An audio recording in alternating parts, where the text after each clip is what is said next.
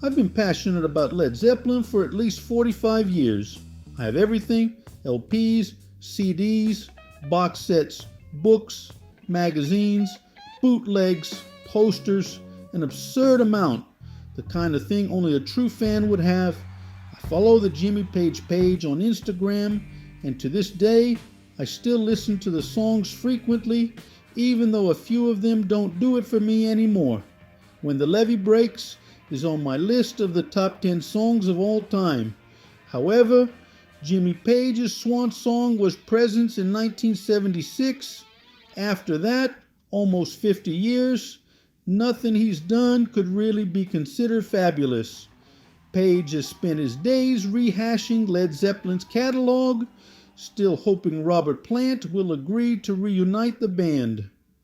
I feel comfortable thinking this way, so let's take a look. Still with Led Zeppelin, after Presence, they released 3 more albums. The song remains the same, a live album that's completely average compared to the many bootlegs out there with far superior performances. In Through the Outdoor, a decent album but much more about John Paul Jones than Jimmy Page.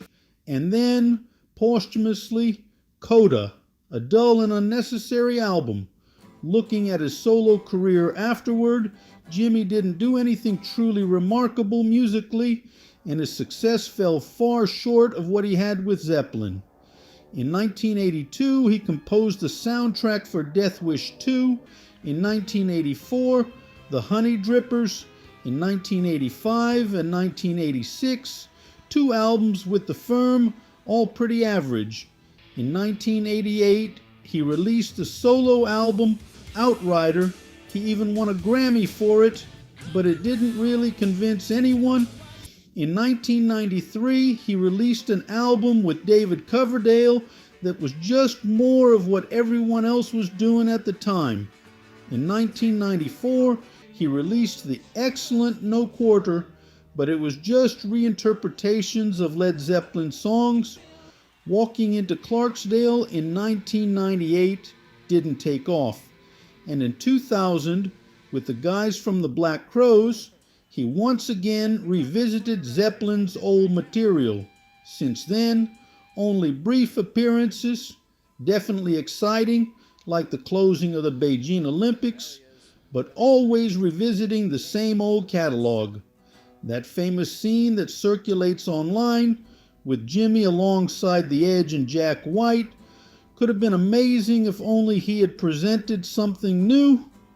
It's a shame that didn't happen. I understand that staying creative over long periods is difficult and reserved for a few. Miles Davis, Frank Zappa, both until the end of their lives. Tony Iommi was sent to dark, and a few others. But we're talking about Jimmy Page. We expected more.